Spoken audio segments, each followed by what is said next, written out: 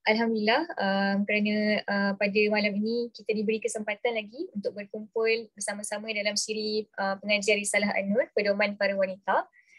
Dan sebelum kita mulakan majlis kita pada hari ini, mari sama-sama kita bacakan surah Al-Fatihah yang kita sedekahkan juga, kita niatkan untuk sedekahkan kepada ayahanda Ustazah Nur Uzma, yang ayahnya baru sahaja meninggalkan kita sebentar tadi.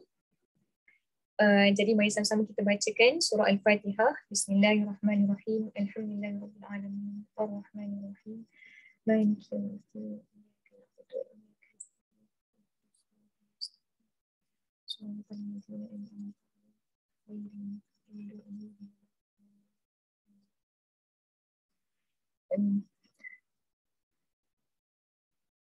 Okey, jadi baiklah. Pada malam ini kita akan mengupas sebuah tajuk iaitu mencari harapan di celah keputusasaan. Masya Allah. Jadi bagi para hadirin yang ingin merujuk buku Risalah An-Nur, boleh rujuk pada buku Munajat Nabi Yunus dan Nabi Ayub, iaitu pada muka surat 17. Dan Alhamdulillah bersama-sama kita pada malam ini Ustazah Dr. Rawdatul Firdaus binti Fatah Yasin, Masya Allah. Apa khabar Ustazah? Khabar baik, Alhamdulillah. Terima kasih. Mudah semua baik juga ya, insyaAllah. InsyaAllah. Okey, jadi baiklah Ustazah, mungkin kita tak perlu melengahkan masa lagi. Saya teruskan dengan soalan yang pertama Ustazah. Bolehkah Ustazah terangkan secara ringkas tentang tajuk kita pada malam ini? Dan siapakah suri teladan yang dikongsikan oleh Imam Badi'uz Zaman Said Nursi untuk kita contohi yang selari dengan tajuk kita pada malam ini, iaitu mencari harapan di celah keputusasaan. Silakan Ustazah. Terima kasih banyak kepada Ukhti Rawdah Nurdin, moderator kita pada malam ini. Dan insya-Allah untuk tajuk pada malam ini, kerana istimewanya sifat tajuk ini, maka saya rasa terilham untuk kita sama-sama menadahkan tangan kita dan memanjatkan doa munajat kepada Allah Subhanahu Wa Taala agar ilmu yang akan kita cuba perolehi malam ini merupakan ilmu yang berguna, yang amat bermanfaat insya-Allah, ilmu yang dapat difahami dan dapat dihadap dengan mudah, yang dapat dihayati, dapat dinikmati dan dijadikan sebagai santapan rohani, yang dapat dijadikan juga sebagai bekalan hati, bekalan kekuatan spiritualiti kita dalam mendepani pelbagai cabaran, khususnya yang berkaitan dengan tajuk kita keputusasaan ini, dan bagaimana supaya kita dapat mencari harapan di celah-celah keputusasaan itu. Maka dengan rendah dirinya, marilah sama-sama kita menadahkan tangan kita menghadap Rabbul Jalil. Mudah-mudahan Allah Subhanahu Wa Taala menganugerahkan kepada kita semua, termasuk kepada yang bercakap ini juga, anugerah nikmat di atas ketenangan dan kedamaian yang bakal kita perolehi melalui sesi istimewa kita pada malam ini insya-Allah. A'udzubillahi minasyaitonirrajim. Bismillahirrahmanirrahim. Alhamdulillahirabbil alamin. Wassalatu wassalamu ala asyrafil anbiya'i wal mursalin wa ala alihi wa sahbihi ajma'in. Allahumma aftah lana hikmataka wa anshur alaina min khazaini rahmatika ya arhamar rahimin. Rabbi yassir wa la tu'assir, Rabbi tamim bil khair, Rabbi shrah lana sudurana wa yassir lana umurana wahlul 'uqdatam min alsinatina yafqahu aqwalana. Radina billahi rabba wa bil islami dina wa bi Muhammadin nabiyya wa rasula. Rabbi zidna ilman warzuqna fahma. Rabbi zidna ilman warzuqna fahma. Rabbi zidna ilman warzuqna fahma. Wa sallallahu ala sayyidina Muhammad wa ala alihi wa sahbihi ajma'in. Walhamdulillahi rabbil alamin. Bismillahirrahmanirrahim. Dengan lafaz yang mulia, Assalamualaikum warahmatullahi wabarakatuh. Puan-puan, kakak-kakak, hajah-hajah, doktor-doktor, datin-datin, adik-adik, kakak-kakak yang dikasihi sekalian, mudah-mudahan kita semua beroleh rahmat dan kasih sayang Allah Subhanahu Wa Taala menerusi slot pada malam ini dan juga menerusi doa yang kita panjatkan sebentar tadi. Jadi pertama sekali sebelum kita pergi lanjut mengenai perbahasan untuk menjawab persoalan yang diajukan oleh Okti moderator kita sebentar tadi, sukalah sekiranya sedikit dapat kita tinjau hakikat ataupun realiti yang berlaku dalam masyarakat kita, khususnya berkaitan dengan tajuk kita yang mencari harapan di celah keputusasaan.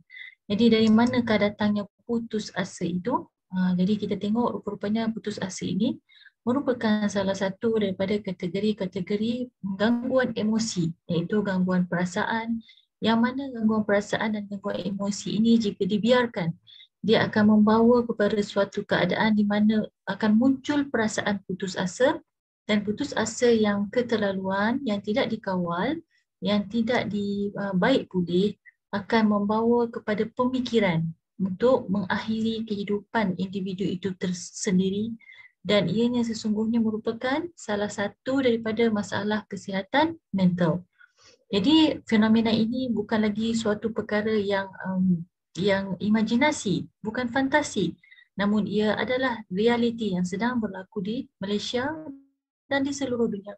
Khususnya apabila kita melihat kesan daripada kesan COVID-19 pandemik yang baru sahaja meninggalkan kita. Walaupun kesannya masih ada dan belum lagi 100% pergi, dan kita ada salah seorang daripada speaker yang kita kasihi, Puan Azura, sedang diuji dengan post-COVID, dan saya harap kita semua tidak keberatan juga untuk mendoakan beliau di samping pemergian ayah Ustazah Azma.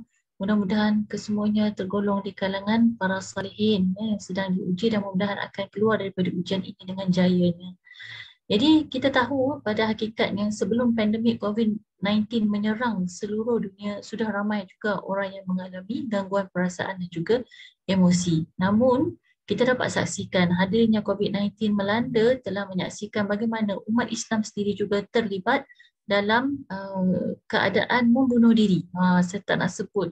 Walaupun ianya memang jenayah, tetapi amat berat untuk kita mengekspresikan perasaan itu. Kita juga memahami tekanan yang mereka alami, dan itu adalah klimat kemuncak kepada keputusasaan yang akhirnya membawa dan mendorong seseorang itu untuk mengakhiri kehidupannya kerana melihat bahawa dengan membunuh diri maka dirasakan bahawa tekanan akan berakhir.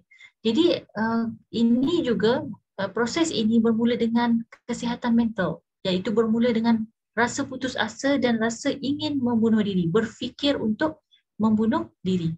Jadi ini antara perkara yang dinyatakan ya dalam akhbar-akhbar harian, termasuk di sini yang saya petik pada malam ini dalam sinar harian, yang mana menjadi satu seruan dan tanggungjawab kita untuk sama-sama melihat ini sebagai suatu sakit mental yang perlu dicari penyelesaian untuk mengatasinya.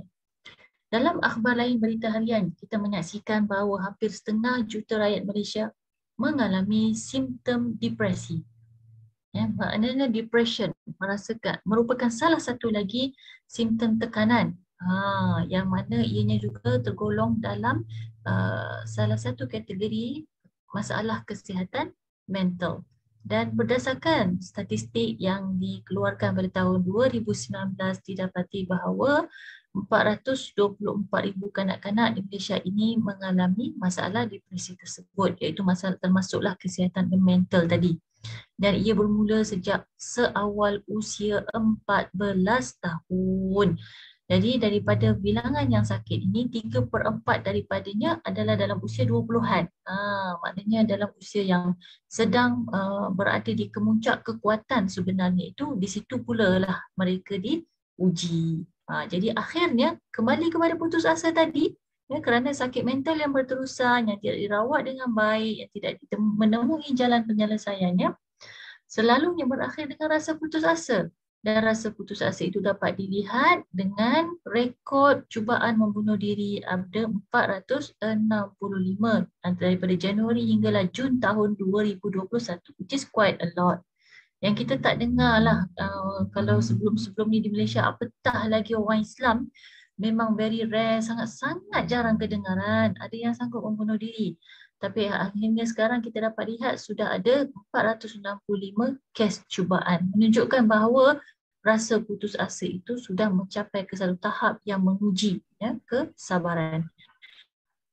Jadi kemudian kita lihat pula hakikatnya di Malaysia ini, nisbah psikiatri yang diharapkan dapat membantu mengatasi masalah sakit mental termasuk putus asa ini, hanya ada 1.27 daripada 100,000 orang yang sakit. Itu contoh. Itu nisbahnya.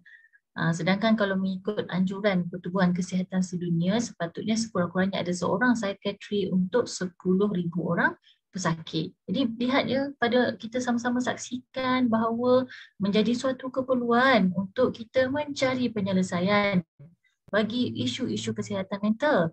Dan ianya bermula dengan yang paling simple, iaitu putus asa itu tadi. Sebelum saya masuk ke ayat Quran tentang putus asa, kita tengok dulu lagi fenomena yang terakhir dalam harian Metro, makin ramai sakit mental di Malaysia. Allah, sedih ya. Jadi di sini dapat disaksikan 1/3 ni tahun 2015, 1/3 rakyat Malaysia berumur 16 tahun ke atas berdepan dengan masalah mental. Kalau di Amerika, pada statistik tahun 2020, 1/4 daripada masyarakat Amerika mengalami sakit mental.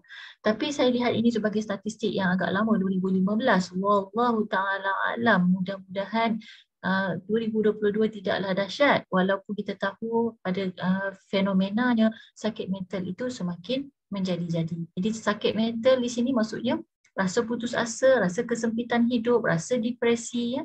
Ianya adalah dipengaruhi faktor ekonomi, bahkan di kalangan pelajar sendiri juga merasai depresi akibat tekanan pelajaran. Masya Allah. Saya rasa zaman saya dulu jarang kita depresi kerana tekanan pelajaran. Kita balik sekolah boleh main lagi galah panjang, tali toi kalau orang utara cakap kan. Kalau yang duduk bendang tu boleh terjun bendang lagi kan. Tapi skor lagi pelajaran. Dan alhamdulillah jadi orang belaka. Kita tak tahu apakah sebenarnya yang berlaku. Berita ini baru sebenarnya, iaitu 10 Julai 2022. Jadi bermakna di kalangan remaja yang tertekan akibat persekitaran dan akibat pelajaran itu juga semakin meningkat. Jadi kalau kita tengok fenomena-fenomena ini, maka kita sedar betapa pentingnya suatu kaedah diperkenalkan khususnya bagi umat Islam yang dahagakan pengisian-pengisian rohani agar kita dapat mengatasi isu-isu yang sedang kita saksikan pada hari ini, ya. Sampai kita dapat lihat ada satu artikel menyatakan 4.2 juta rakyat masalah mental. Dan bila kita sebut mental, jangan terus sinonim dengan gila. Itu satu lagi ada apa orang kata stigma masyarakat kita. Apabila saja disebut sakit mental, terus dalam kepala dia gila. Sebenarnya tidak. Sakit mental adalah ibarat salah satu daripada penyakit yang menguji spiritualiti manusia secara mentalnya. Kalau kita diuji dengan penyakit fizikal, demam, batuk, selsema dan lain sebagainya, maka di sana ada juga satu jenis kategori sakit yang berkait dengan mental kita yang dia tidak dapat dilihat melalui nanah-nanah ke, luka ke kan, atau demam panas boleh diukur dengan suhu ke, dia memang tidak dapat dikesan secara fizikalnya, namun secara spiritualnya ada suatu gangguan pada kesihatan mental. Jadi sebenarnya tajuk kita, keputusasaan itu merupakan salah satu daripada aspek-aspek gangguan kesihatan mental tersebut. Dan ia telah pun diisyaratkan di dalam Al-Quran bila mana Allah Subhanahu wa taala berfirman, wala tayasu mir rahmatillah. Janganlah kalian berputus asa dengan rahmat Allah Subhanahu wa taala. Kenapa perlu Allah pesan pada kita begini? Kerana hakikatnya memang putus asa itu ada. Betul? Sebab itu Allah pesan, janganlah kalian berputus asa dengan rahmat Allah. Biar susah macam mana pun, biar berat bagaimanapun ujian yang melanda, pesan Allah, perintah Allah, jangan sesekali berputus asa. Jadi di situlah kita dapat fahami itu sebenarnya adalah remedi yang paling asas untuk kita sebagai orang Islam dan orang yang beriman. Dalam keadaan ujian yang berat seperti apa pun, depresi seperti apa pun, anxiety ke, tekanan ke, keputusasaan ke, jangan sesekali kita lupa bahawa rahmat Allah itu luas. Jadi untuk memahami penawar yang ditawarkan oleh Al-Quran dalam mencari harapan di celah keputusasaan, marilah sama-sama kita telusuri kisah munajat Nabi Yunus alaihi salam. Jadi merujuk kepada persoalan yang diajukan oleh Ukhti Raudah sebentar tadi, marilah sama-sama kita telusuri bagaimana Imam Badi'uz Zaman Said Nursi memberikan kita suatu proses tadabbur yang sangat menarik, dan daripada tadabbur inilah kita akan memperolehi tips-tips bagaimana supaya kita dapat tetap bersangka baik dan positif kepada Allah, tetap dapat mencari kekuatan di sebalik keputusasaan, sehinggalah di celah-celah keputusasaan itu kita akan menemui harapan. Lalu dengan harapan itu kita akan beroleh kebahagiaan dan kejayaan insya-Allah di dunia sehinggalah ke akhirat kelak.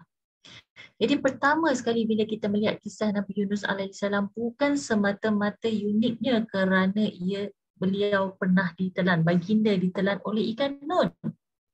Tetapi di sebalik kisah ini, ya, ada suatu penawar yang luar biasa bagi mereka-mereka yang sedang diuji. Bagi kita juga, andainya kita sedang diasap dengan pelbagai cabaran yang amat menduga kesabaran.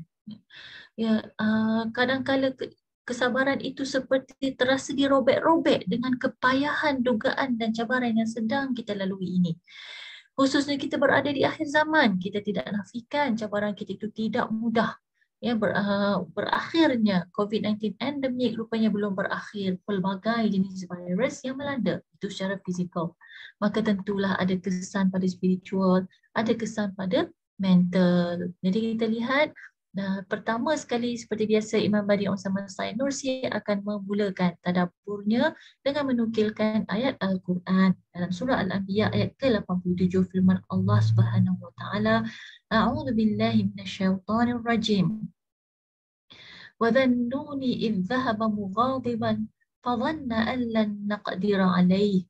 Wa dhannun, iaitu disebutlah peristiwa tentang Zunnun. Maksudnya za atau orang yang za ataupun zu, ya, orang yang berurusan ataupun ada kaitan dengan ikan nun, ikan yang sangat besar, whale ke, whale shark ke, wallahu ta'ala alam, tapi kategori ikan paus yang besar. Idh dhahaba mughadiban, ketika mana Dhannun ni gelaran lain kepada Nabi Yunus alaihissalam, sebab tak ada Nabi lain yang kena telan dengan ikan nun selain daripada Nabi Yunus, ya. Jadi nama itu sinonim dengan beliau, ya. Dalam Al-Quran disebutkan sebagai wadhannun. Itu indahnya Al-Quran apabila menceritakan suatu perkara yang ada sedikit elemen-elemen peringatan, teguran, ya, kepada Nabi, jarang kali disebut secara sarahah, ya, secara terus terang, dengan sopan, dengan beradabnya, disebutkan secara zannun, iaitu orang yang berkaitan dengan ikan nun ketika mana dia meninggalkan kaumnya dalam keadaan marah, mughadiban. Dan ketika Nabi Yunus sebenarnya meninggalkan kaumnya dalam keadaan marah itu, fadhanna, maka dia sebenarnya menyangka, zunnun, kan, su'uzan, husnuzan, kan. Sebenarnya Nabi Yunus menyangka allan naqdira alaihi, bahawa Allah tidak akan mengenakan kesusahan ataupun cubaan ke atasnya. Naqdira, qadar. Ingat perbahasan tentang qadar 3 minggu yang lepas, ya, ketika saya bentang tentang qada dan qadar, ya. Jadi naqdira, qadar ini adalah termasuk dalam urusan takdir Allah. Jadi Allah SWT menceritakan sebenarnya ketika Nabi Yunus marah meninggalkan kaumnya itu, Nabi Yunus memang tak sangka langsung akan dihitung takdir ke atasnya ini. Ya, akan ada calculation di atas perbuatannya ini meninggalkan kaum itu. Kerana pada fikiran Nabi Yunus secara logiknya, kaumnya sangat degil, sangat ingkar, kan? Tidak mahu mendengar dakwahnya, stubborn lah kita kata. Jadi seolah-olah Nabi Yunus kata dah give up. Okey, cukup setakat ni, maka ditinggalkan kaum itu tanpa menyangka bahawa rupanya itu adalah masuk dalam hitungan Allah yang Allah kenakan dan Allah timpakan ujian dan kesusahan selepas itu. Fanada fi dhulumati, dan kita semua telah maklum apa itu ujiannya, seperti yang telah berlaku kepadanya, iaitu ditelan oleh ikan nun dalam kegelapan perut ikan nun itu. Berdoalah Nabi Yunus. Fanada, nada ni sebenarnya menyeru, ya, menyeru. Maknanya bukan takat doa biasa lagi dah, kan. Kalau doa ni senyap-senyap boleh, kan? Orang tak dengar pun. Tapi kalau nada ni maknanya Nabi Yunus sampai menyeru dah kepada Allah Subhanahu Wa Taala dalam kegelapan, fi dhulumat, plural kepada zulum, zulum gelap, zulumat, kegelapan, maknanya berada dalam extreme darkness, kegelapan yang sangat ekstrim dalam perut ikan Nun. Alla ilaha illa anta. Apakah yang Nabi Yunus seru ke dalam keadaan yang gelap gelita itu? Iaitu la ilaha illa anta. Sesungguhnya tiada Tuhan yang dapat menolong melainkan Engkau. Ya. Engkau itu siapa? Allah Subhanahu Wa Taala.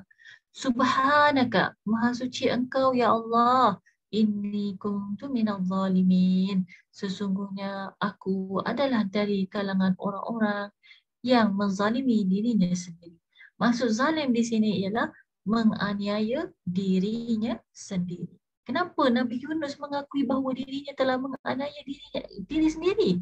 Kerana Nabi Yunus ketika itu sedar dengan sepenuh-penuh kesedaran bahawa perginya dia meninggalkan kaumnya bukan atas perintah Allah Subhanahu Wa Taala.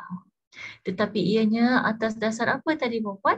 Atas dasar emosinya kerana merasa marah atas kedegilan kaumnya yang ingkar daripada mentaati perintah Allah. Bermakna kemarahan Nabi Yunus ini sebenarnya atas faktor yang asalnya adalah syar'i, positif. Dan kita marah pada perkara yang menunjukkan kemungkaran, kemaksiatan kepada Allah. Namun perbuatannya meninggalkan kaumnya, natijah kemarahan tadi itulah yang mengundang teguran daripada Allah Subhanahu Wa Taala.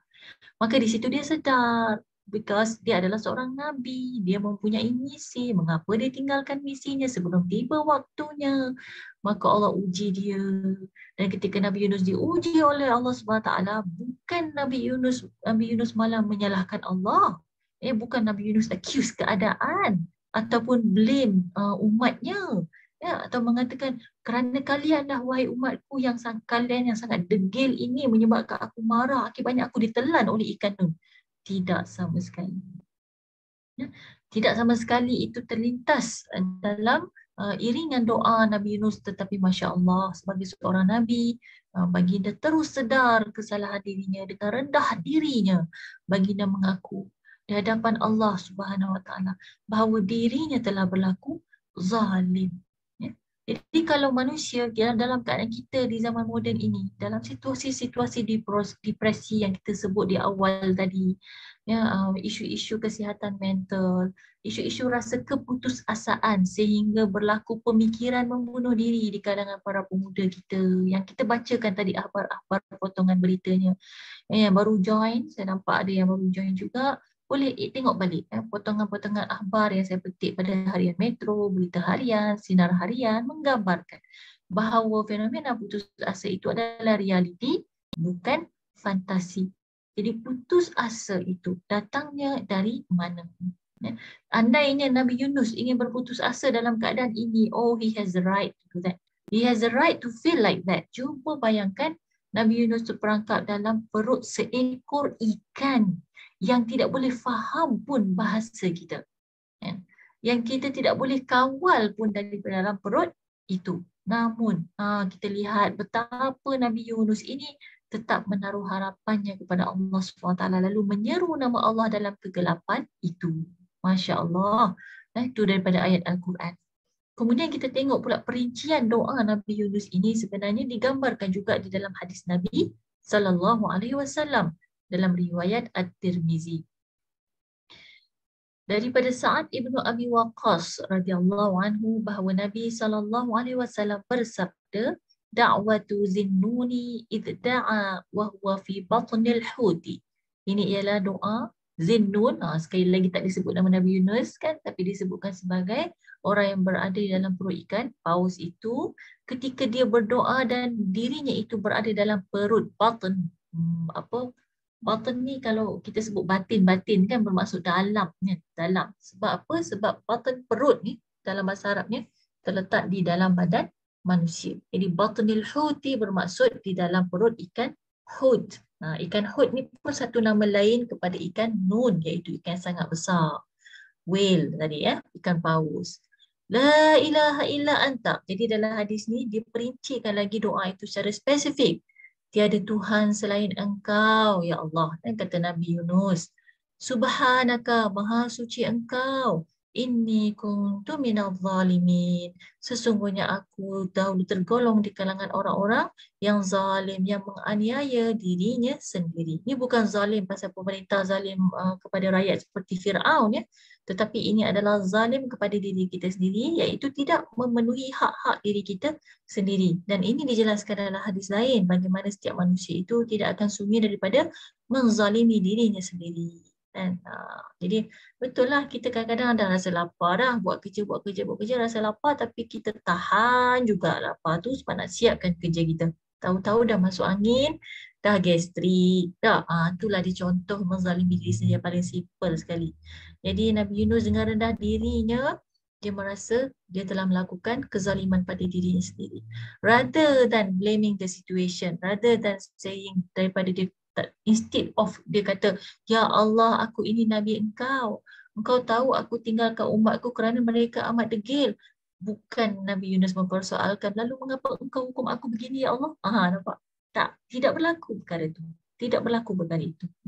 Jadi kalau kita muhasabah balik dan kita bandingkan dengan isu-isu yang berlaku pada zaman ini, putus asa itu timbul apabila ada rasa menyalahkan keadaan. Kan? Jadi apabila dah sakit, dah putus asa, kita tak boleh sebut benda ni. Dia akan jadi sensitif. Tetapi ilmu-ilmu yang kita sampaikan ini adalah ibarat suplemen, perempuan, adik-adik, kakak-kakak yang dikasihi sekalian. Suplemen ini hanya sesuai untuk orang yang sihat. Dan apabila dia sihat, dia ambil suplemen, dia menguatkan jiwa dia, menguatkan fizikal dia. Begitu juga dengan teori-teori seperti ini. Apabila dia berada dalam keadaan sakit, maka yang diperlukan adalah ubat. Namun bagi orang yang beriman, perempuan, dan bagi orang yang ada ketakwaan dalam hatinya, yang kuat hubungannya dengan Allah, bila disampaikan perkara ini, ya, walaupun dalam keadaan sedang diuji dengan berat, insya-Allah dengan izin Allah. Tentunya lah semua ini dengan izin Allah. Dengan kita pun doa bila kita nak sampaikan, mudah-mudahan ia menjadi penawar bagi hati. Jadi فإنه لم يدعو بها رجل مسلم في شيء قط إلا استجاب الله له. Sesungguhnya tidak seorang Muslim itu apabila berdoa dengannya, iaitu kita orang Islam apabila berdoa dengan doa Nabi Yunus ni, la ilaha illa anta subhanaka inni kuntu minadh dhalimin, untuk suatu perkara fi syai'in qattu, ya, melainkan illa stajaballahu lahu, Allah SWT akan mustajabkan doa itu. Masya Allah. Jadi perempuan, rupanya doa ini merupakan satu wasilah syafaat untuk kita beroleh doa yang mustajab di sisi Allah Subhanahu wa taala. Kerana di dalam doa ini terkandung rasa tawaduk, rendah diri, khusyuk, khudu' yang begitu dalam daripada diri kita sebagai seorang hamba, kita yang serba dhaif, fakir, ajas dan lemah ini.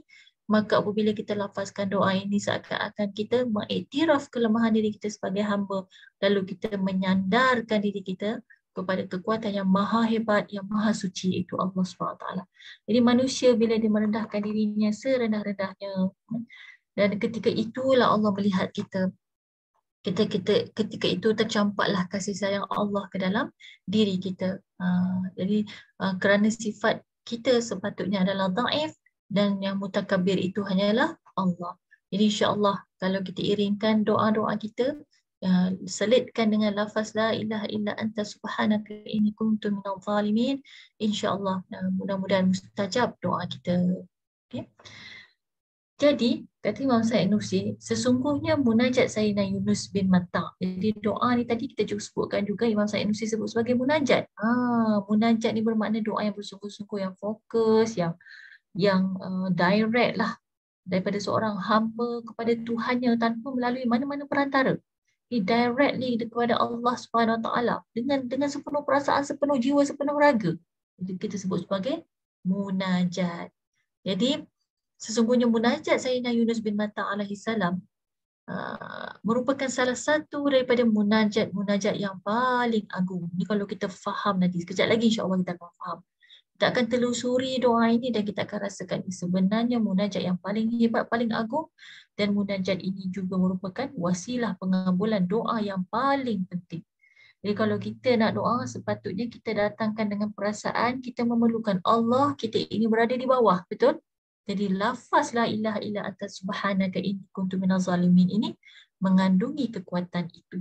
dan jika dilafazkan dengan penuh penghayatan, penuh khusyuk, mudah-mudahan menjadi asbab untuk doa kita dikabulkan, insya-Allah. Jadi ringkasan daripada kisah yang masyhur mengenai Nabi Yunus alaihissalam, daripada rentetan apa yang kita huraikan sebentar tadi, berdasarkan ayat Quran dan hadis Nabi, dapatlah kita fahami bahawa Nabi Yunus setelah beliau baginda meninggalkan kaumnya, baginda menaiki sebuah kapal, lalu kapal itu terperangkap di dalam badai lautan yang sangat dahsyat, ombak yang sangat menakutkan, kegelapan malam, ya, sehingga kan kapal itu terancam untuk tenggelam, maka mereka telah mengambil keputusan untuk mengundi siapakah di kalangan penumpang kapal yang perlu dicampak ke laut kerana untuk meringankan beban kapal tersebut supaya dapat berhadapan dengan ombak laut yang sedang bergelora dengan dahsyat dan dengan harapan kapal itu dapat selamat sampai ke destinasi. Rupa-rupanya ditakdirkan Nabi Yunus lah yang terundi 3 kali undian. 3 kali diundi, namanya lah yang naik, maka terpaksalah dicampak ke dalam laut walaupun ahli nahwu dan kabar merasa sangat berat untuk berbuat demikian. Itulah takdir kan yang Allah naqdira alaihi dari Allah sebut kan. Ditakdirkan Nabi Yunus walaupun sampai 3 kali diundi, dah takdirnya memang dia nak dicampak ke laut, maka naiklah namanya, tercampaklah akhirnya ke laut. Dan kita tahu juga dengan tercampaknya Nabi Yunus di laut dengan ombak yang amat dahsyat, dalam kegelapan malam seekor ikan yang besar telah menelan Nabi Yunus. Jadi dalam keadaan laut bergelora malam tidak tentera dan gelap serta harapan telah terputus dari segenap arah, itulah munajat baginda. La ilaha illa anta subhanaka inni kuntu minadh dhalimin. Logiknya tak ada jalan keluar. Macam mana nak keluar daripada kegelapan ikan itu? Kalau dapat keluar pun ada pula lautan yang bergelora, macam mana nak berenang? Kan kita boleh rasa kalau pergi snorkeling pun tiba-tiba je air pasang, lain macam nak berenang, tak sampai, berat nak sampai ke kapal. Kalau air tenang je baru mudah nak snorkeling. Apatah lagi laut bergelora begini. Kalaulah terlepas pula gelora laut, macam mana nak cari pantai ni? Sebab gelap malam, tak nampak apa-apa, gelap kelita. Ibarat laut kalau bergelora, memang langit pun gelap. Jadi sebenarnya memang tak ada harapan di situ. Namun Nabi Yunus tidak putus asa. Itu hebatnya kalau kita compare lah tadi dengan berita-berita sebentar tadi. Puan-puan bayangkan, dalam keadaan demikian, dengan ujian yang sangat besar, Nabi Yunus bukannya berputus asa. Bahkan baginda bermunajat kepada Allah. La ilaha illa anta subhanaka inni kuntu minadh dhalimin.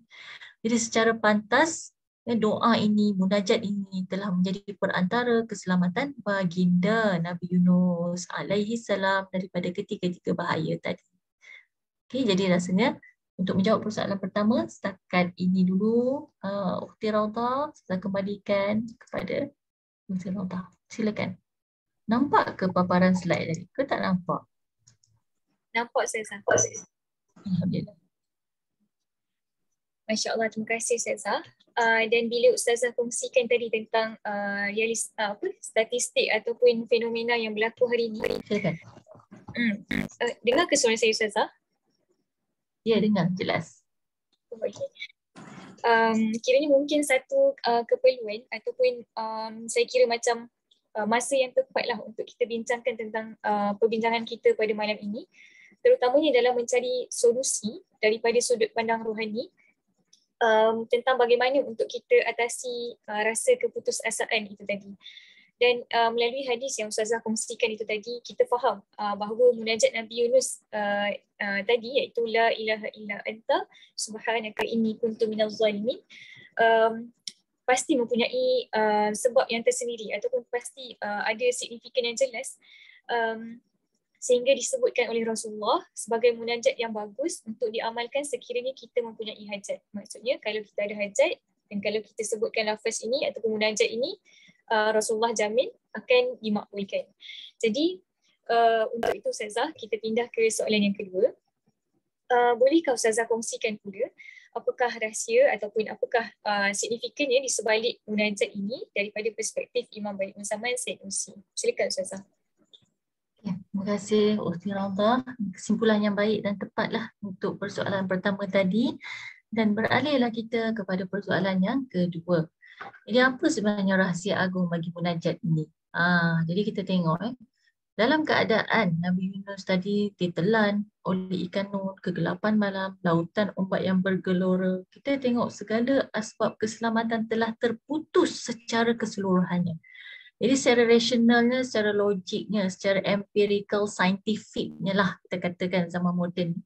Kalau kita buat measurement possibility untuk Nabi Yunus terselamat, jawapannya adakah logik baginda akan terselamat? Ataupun secara logiknya memang dah habis cerita, dah tamat riwayat. Dan kalau kita measure dari sudut saintifik, ya, memang jelas bahawa amat sukar dan amat mustahil untuk baginda selamat. Dah ditelan oleh ikan Nun dah pun, kan? Kalau mungkin lemas di pantai, mungkin masih ada lagi possible harapan kalau dapat bertahan terapung tidak tenggelam. Tapi ini dah ditelan oleh ikan Nun. Tetapi kita tengok ini kerana dalam keadaan seperti itu, sebenarnya baginda sedar. Baginda memerlukan suatu kuasa yang perintahnya mestilah diikuti dan ditaati oleh ikan Nun tadi. Mesti ada satu perintah yang laut itu pun taat, dengar, ikut cakap. Dan mesti ada satu perintah malam yang gelap gelita itu, bahkan ruang angkasa yang tadinya gelap, tidak nampak apa-apa, mesti mengikuti perintah tersebut. Maka bila kita tengok, malam, laut, ikan Nun sebenarnya telah bergabung menjadi suatu kuasa besar yang menentang Nabi Yunus alaihi salam. Bukan setakat lemas di lautan, bukan setakat terperangkap dalam kegelapan malam di tengah ombak yang tak nampak mana tebing, mana pulau, mana pelabuhan nak disinggah, nak berenang ke arah itu. Tetapi semuanya adalah lebih dahsyat daripada itu. 3 perkara berat telah bergabung dan semuanya sedang menentang Nabi Yunus alaihi salam. Secara logiknya sudah tidak ada harapan. Nampak? Kita compare lah dengan yang putus asa di zaman ini. Adakah kita sudah berada dalam situasi Nabi Yunus alaihi salam? Dan kita sedar bahawa jauh lagi keadaan kita dengan keadaan Nabi Yunus alaihi salam. Namun dalam keadaan begitu pun Nabi Yunus masih berdoa dan munajat kepada Allah SWT, menunjukkan Nabi Yunus tak give up, kan? Bukan Nabi Yunus kata, ya Allah, habislah nyawaku sekarang, maka dengan ini aku bersyahadah asyhadu an la ilaha illallah wa asyhadu anna Muhammadar Rasulullah. Tak ada Muhammad Rasulullah lagi, zaman tu belum, Nabi Muhammad belum ada. Maaf tersasul. Tidaklah begitu cepat baginda berputus asa, sebab baginda sedar baginda itu adalah seorang Nabi diutuskan bersama dengan misi. Maka apabila misinya belum selesai, diuji dengan berat sebegini, jelaslah baginda belum menuntaskan tanggungjawabnya. Jadi sama juga dengan kita. Kita khalifah, kita diutuskan di muka bumi ini bersama dengan tanggungjawab.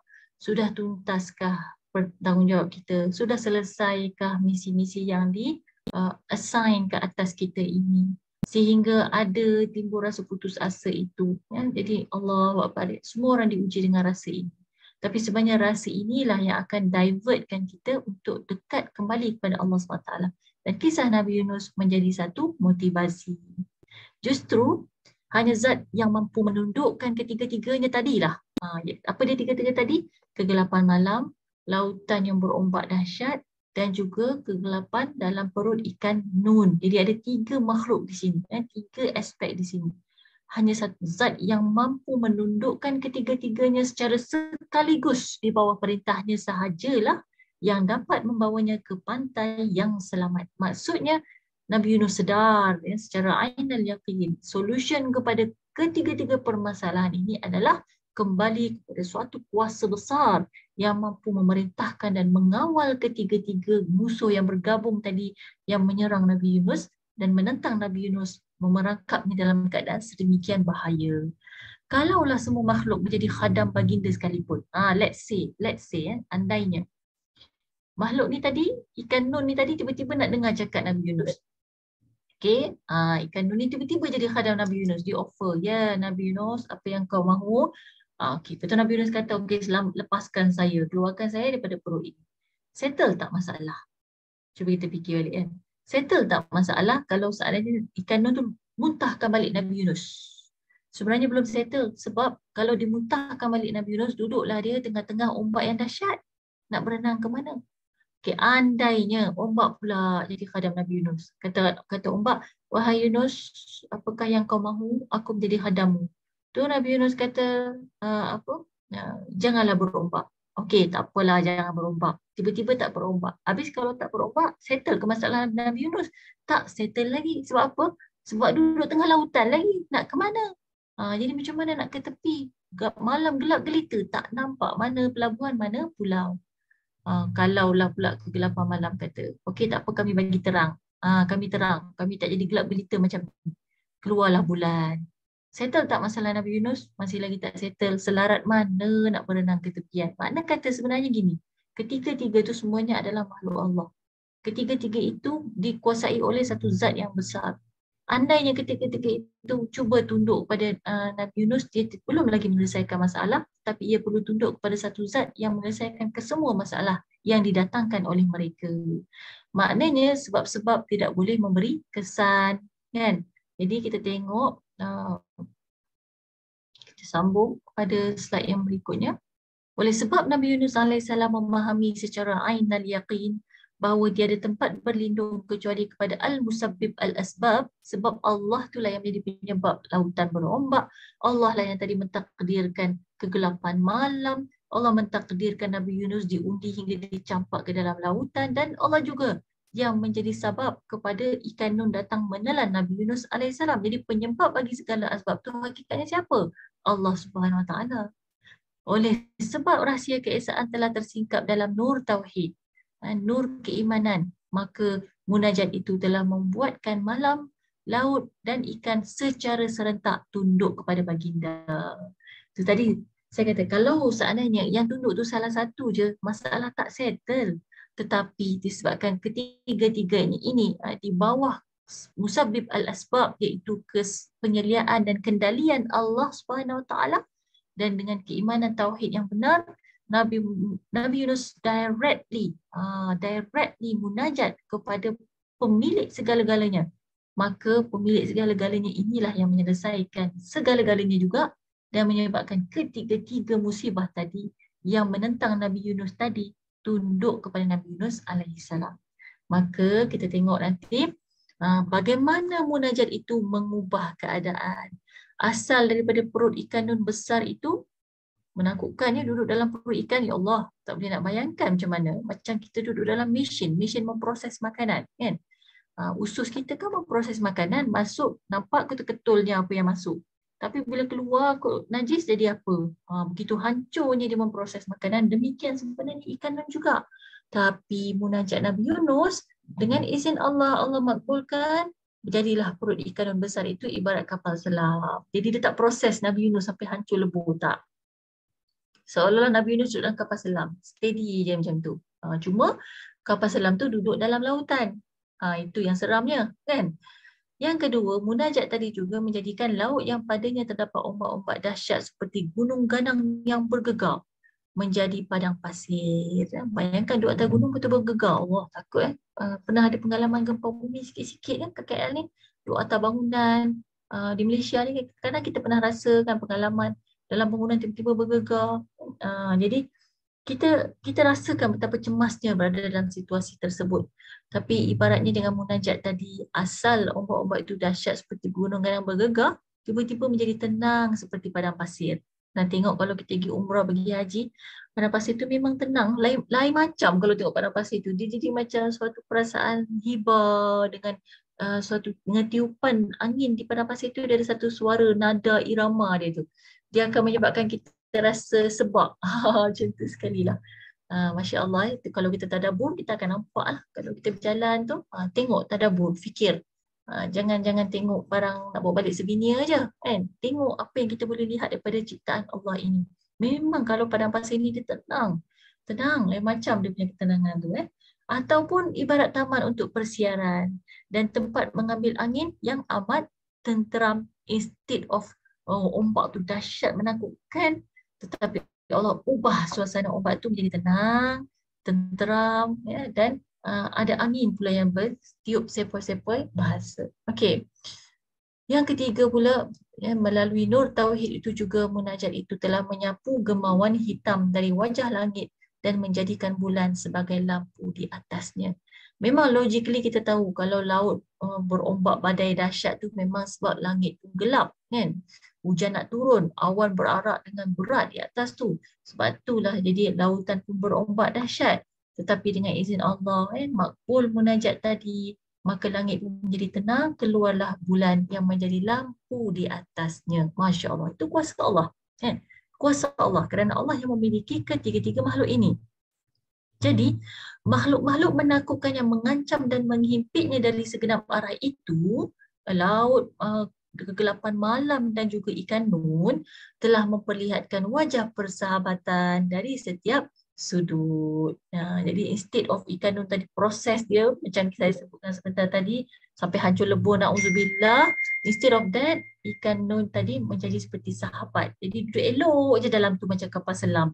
Kan sehinggalah baginda akhirnya berlabuh di pantai yang selamat. Jadi ikan nun tu boleh berenang dengan tenang, bawa sampailah ke tepi pantai dan dilepaskanlah Nabi Yunus dengan selamat. Baginda telah menyaksikan lutuf Rabbani, kesantunan ilahi itu di bawah pohon labu. Ni macam disebutkan dalam Risalah Nur, macam ibaratnya sampai ke tepi pantai itu ada lutuf Rabbani di bawah pohon labu. Wallahu ta'ala alam bagaimana pohon labu itu. Tapi demikian orang yang sedang melalui proses ini, cemas yang luar biasa, nyawa di hujung tanduk ni, kan? Dah sampai masa ya Allah tak tahulah apa harapan dia nak selamat, tiba-tiba Allah selamatkan dia. Maka di situ terasa betapa santunnya Allah Subhanahu Wa Taala, betapa kasihnya Allah Subhanahu Wa Taala. Dalam keadaan dahsyat luar biasa pun Allah dengan rahmatnya, dengan kasih sayangnya makbul munajat Nabi Yunus, lalu selamatlah Nabi Yunus alaihissalam. Kita mungkin pernah rasakan juga keadaan demikian, dalam keadaan sedih yang amat sangat, kita berdoa, munajat, tadah tangan dengan penuh rendah diri. Tiba-tiba kita rasa terangkat kesedihan itu. Tiba-tiba kita merasakan kedamaian, kebahagiaan dan kenikmatan. Syaratnya apa, puan? Rendahkan hati kita, turunkan diri kita serendah-rendahnya, selayaknya tempat kita selaku hamba kepada Allah SWT. Dan nikmati rasa kita sebagai hamba yang dhaif, yang lemah. Memang tak kuat, sebab tu kita tak larat, sebab tu kita minta ke Allah. Yang fakir, ya memang betul kita sentiasa memerlukan Allah. Kita memang tak mampu pun stand alone, berdiri sendiri, independen dalam segala aspek. Tak mungkin. Kan, ajas yang tiada daya, memang betul hajat kita banyak, tapi upaya dan daya kita ini sangat-sangat terbatas. Jadi dengan doa yang demikian, munajat yang demikian, apatah lagi seperti Nabi Yunus mengakui kezaliman diri sendiri, betapa rendah dirinya Nabi Yunus alaihissalam. Maka dengan itu Allah keluarkan beliau daripada kepayahan itu. Betapa santunnya Allah SWT, betapa kasihnya Allah Subhanahu Wa Taala. Demikianlah kita. Ya. Demikianlah kita, sesungguhnya kita berada dalam keadaan yang 100 kali ganda lebih menakutkan berbanding dengan keadaan pertama Sayyidina Yunus alaihissalam. Mula-mula saya baca, saya sentap. Kenapa Imam Sanusi kata kita berada 100 kali ganda lebih menakutkan? Adakah yang lebih dahsyat selain daripada ditelan oleh ikan nun dalam hidup ini? Rupa-rupanya betul. Dalam zaman akhir zaman seperti apa yang sedang kita lalui ini, yang kita dapati kita berada dalam situasi yang sangat mengancam keselamatan kita. Di mana? Di dalam hidup yang abadi di akhirat kelak. Jadi Imam Sanusi jelaskan bahawa malam Nabi Yunus yang gelap gelita tu sebenarnya, kalau malam kita ini ibarat masa hadapan kita. Malah melalui pandangan kelalaian, masa hadapan kita adalah 100 kali ganda lebih gelap dan lebih dahsyat daripada malam Sayyidina Yunus alaihissalam. Macam mana tu? Kita tengok nanti penjelasan dia. Laut kita ialah bumi kita. Ini yang ketiga pula. Tadi malam, ikan nun, laut. Laut kita sebenarnya ibarat bumi yang kita sedang hidup sekarang ini, yang berputar-putar dalam kebingungan. Kita tengok manusia dalam kehidupan moden ini begitu ramai sekali yang berada dalam keadaan bingung. Pusing sana, pusing sini, jalan sana, jalan sini. Hakikatnya dia sedang bingung. Cukup tengok media sosial tu dah dapat menggambarkan kebingungan masyarakat kita pada zaman moden ini. Jadi di dalam setiap ombak laut ini terdapat ribuan jenazah. Ia adalah 1000 kali ganda lebih menakutkan daripada laut Sayyidina Yunus alaihissalam. Maksudnya dalam kehidupan kita sekarang ini, bumi kita sekarang ini sebenarnya ada ramai yang ibarat jenazah mati, ibarat orang yang mati. Mati jiwa ke, mati maknawi ataupun hakiki ke, kan? Tapi ramai yang mati. Apatah lagi jiwa yang mati. maka sebenarnya hakikatnya ia kata Imam Said Nursi 1000 kali ganda lebih menakutkan daripada laut Sayyidina Yunus alaihissalam. Manakala hawa nafsu kita ialah ikan nun kita. Ni penjelasan dia. Jadi ikan nun tadi, kenapa kita punya ikan nun lagi bahaya? Sebenarnya itu hawa nafsu kita. Hawa nafsu kita ini sentiasa berusaha menekan dan membinasakan kehidupan yang sana, kehidupan abadi. Kalau di kehidupan dunia ni, cuba tengok ya, cuba kaji. Bila kita follow bisikan hawa nafsu, rasa macam seronok, macam excited, macam di situlah kalau perempuan dan kakak-kakak adik-adik perasan ya, definisi happiness mengikut World Health Organization WHO meletakkan bahawa happiness iaitu kegembiraan itu adalah apabila kita dapat mencapai dan melakukan sesuatu yang kita rasa kita gembira. Dia menyebabkan kita jadi gembira. Jadi dia tak ikat pun kegembiraan itu dengan hukum hakam syariat. Maknanya kalau dia mencuri dia gembira, bolehlah mencuri supaya gembira. Itu yang saya sedih tu tengok. Boleh tengok balik dalam definisi happiness oleh WHO. Perhatikan tu. Sedangkan itu kalau kita follow apa yang membawa kita happiness tanpa diikat dengan wahyu, tanpa disedari manusia akhirnya menjadi hamba kepada nafsunya sendiri. Jadi kalau happiness dia adalah pada dia perempuan suka kat perempuan lain, ibarat kata lesbian itu tadi, dia mencapai kegembiraan, maka itulah happiness. Adakah itu happiness dalam kayu ukur kita? Tidak. Itu sebenarnya nafsu. Itu sebenarnya syahwat. Dan menuruti hawa nafsu kita adalah ibarat memerangkap diri dalam perut ikan nun. Jadi manusia tu bila dia follow syahwat dia from time to time, dari masa ke semasa dia tak lawan syahwat dia, akhirnya dia sebenarnya telah memenjarakan dirinya sendiri. Dia terperangkap dengan kehendak nafsu syahwatnya sendiri sehingga dia akan rasa sukar untuk keluar daripada keadaan itu. Dia akan memperhambakan kehidupan dan dirinya semata-mata untuk memenuhi nafsu syahwatnya. Cuba lihat bagaimana betapa ramainya manusia yang menggadaikan maruah dirinya hanya semata-mata untuk mencapai hajat-hajat syahwat yang ingin dimilikinya. Contohnya bagi wanita mungkin cabarannya pada materialistik ya, pada bukan wanita saja sebenarnya, lelaki juga. Tetapi wanita tu mungkin lebih kuat dorongannya di situ kerana itulah ujian syahwat wanita. Dan dengan itu juga kita dijanjikan nikmat di dalam syurga. Bukankah Allah janjikan kita emas, permata, berlian, kan? Apa lagi singgah sana, apa saja benda-benda madiah ni lebih kepada kehendak wanita itu sendiri, manakala lelaki ditawarkan dengan bidadari. Jadi sebenarnya apabila kita turuti segala nafsu syahwat kita, maka kita sudah terperangkap dalam ikan nun yang lebih dahsyat daripada ikan nun Nabi Yunus alaihissalam.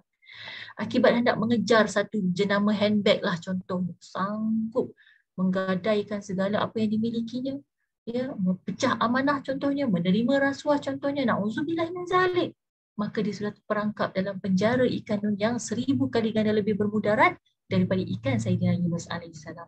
Ini kerana ikan besar yang menelan Sayyidina Yunus hanya membinasakan kehidupannya selama 100 tahun. Perasan, ikan tu bila dia telan fizikal Nabi Yunus, andainya lah Nabi Yunus mati, meninggal di situ, maknanya Nabi Yunus terperangkap untuk kehidupannya yang tak sampai 100 tahun lah, average manusia kan, kehidupan manusia. Manakala ikan besar kita yang nafsu syahwat kita ni berusaha untuk memusnahkan kehidupan kita yang usianya selama ratusan juta tahun. Kenapa? Kerana itu sebenarnya melibatkan kehidupan abadi kita di akhirat. Manusia yang di dunia ini hanya menuruti nafsu syahwatnya, dia telah membinasakan dirinya dan membinasakan masa hadapannya di akhirat kelak. Kemana dia hendak pergi di akhirat kelak? Andainya semua perkara haram yang dilarang Allah itu dilakukan di muka bumi ini atas dasar happiness itu tadi, kemana kita hendak pergi? Sedangkan dunia ini hanya sementara, tetapi akhirat itulah selama-lamanya. Jadi itulah dia maksud Imam Said Nursi, satu peringatan yang sangat baiklah, Masya Allah ya, satu peringatan yang sangat memusik minda kita, jiwa kita. Mudah-mudahan kita semua berhati-hati insya-Allah di akhir zaman ini. Okey, itu saja jawapan untuk soalan yang kedua. Saya kembalikan kepada Ukhti Raudah. Silakan. Masya-Allah, terima kasih Ustazah. Dan saya kira kita telah lihat dengan begitu jelas sekali testimoni yang dibawakan Al-Quran tentang bagaimana melalui munajat yang dilafazkan oleh Nabi Yunus itu tadi berupaya untuk membentuk kekuatan hati Nabi Yunus dan kemudian menukar sudut pandang beliau daripada 3 perkara yang Ustazah kongsikan tadi, iaitu keadaan sempitnya perut ikan kepada luasnya kapal selam, dan keadaan laut yang huru-hara itu tadi bertukar menjadi ibarat padang pasir yang tenang ataupun taman-taman persiaran yang indah, dan keadaan malam yang gelap seakan-akan cahaya purnama yang memberi petunjuk jalan. Dan kunci yang Ustazah kongsikan tadi adalah dengan bergantung, harap kepada Allah, ataupun kita kata kita ikut jejak langkah Nabi Yunus AS. Kita akui kelemahan dan kefakiran kita, ajaz dan fakir kita kepada Allah, dan kita bergantung kepada Allah sebagai pemilik sebab, musabbibul asbab. Walaupun situasi pada masa itu mungkin sebab-sebab yang ada di sekitar kita menunjukkan tidak mungkin kita akan dapat keluar daripada masalah itu, tetapi Allah sebagai pemilik asbab pasti ada jalannya, Masya Allah. Jadi Ustazah, macam Ustazah katakan tadi, setiap daripada kita ni ada struggle yang tersendiri. Mungkin ada situasi yang mana kita rasa kadang-kadang buntu, mana jalan keluar dia, ataupun ada ke jalan keluar ni untuk kita. Ataupun mungkin kita dah tahu kisah-kisah para nabi sebelum ini, kita pernah belajar, tapi bila situasi tu berlaku, macam kita belum pernah belajar lagi tentang kisah ni. Jadi boleh ke Ustazah kongsikan bagaimanakah kisah dan munajat Nabi Yunus ini boleh menjadi ubat yang mujarab untuk kita jadikan panduan dalam seharian hidup kita, Ustazah? Okey, terima kasih Ukhti Raudah. Soalan ni memang agak mencabar sebenarnya. Jadi sebenarnya walaupun kita faham teori ini kan, contohnya kita dah hadam dengan setiap satu proses yang dilalui oleh Nabi Yunus, dan kita juga dapat memahami secara terperinci hikmah-hikmah di sebalik segala yang berlaku. Tapi apabila kita berhadapan dengan suatu keadaan yang begitu menekan, kita tetap mesti teruji. Betul lah? Memang betul. Sebab itu saya ulang semula apa yang saya nyatakan di awal tadi. Perkara-perkara ini bagi saya melihatnya sebagai memang suplemen. Sebab ala bizikrillahi tatmainnul qulub. Memang ayat Quran, hadis Nabi memang menjuruskan bahawa kita disuruh mengingati Allah dalam setiap keadaan, kerana apabila tibanya ujian-ujian seperti ini, kekuatan jiwa kita, spiritual kita nanti akan bergantung balik dengan suplemen-suplemen yang kita dah ambil sebelum kita ditimpa kesakitan. Keadaannya seperti dikiaskan orang yang sentiasa menjaga kesihatan fizikal. Orang yang selalu senaman, yang menjaga pemakanannya, dietary-nya, apabila dia ditimpa dengan ujian yang berat, kemungkinan antibodi dan imunisasi dia lebih baik daripada mereka yang sama sekali tidak pernah menjaga pemakanan, yang tidak pernah berpantang, contohnya makanan-makanan yang membahayakan, tidak mengawal pengambilan kolesterol contohnya. Maka apabila ditimpa suatu keadaan yang menguji kesihatan fizikalnya, sistem badan itu sudah tidak dapat menolak ujian tersebut dengan baik, maka dia akan absorb beberapa penyakit yang kritikal pada dirinya.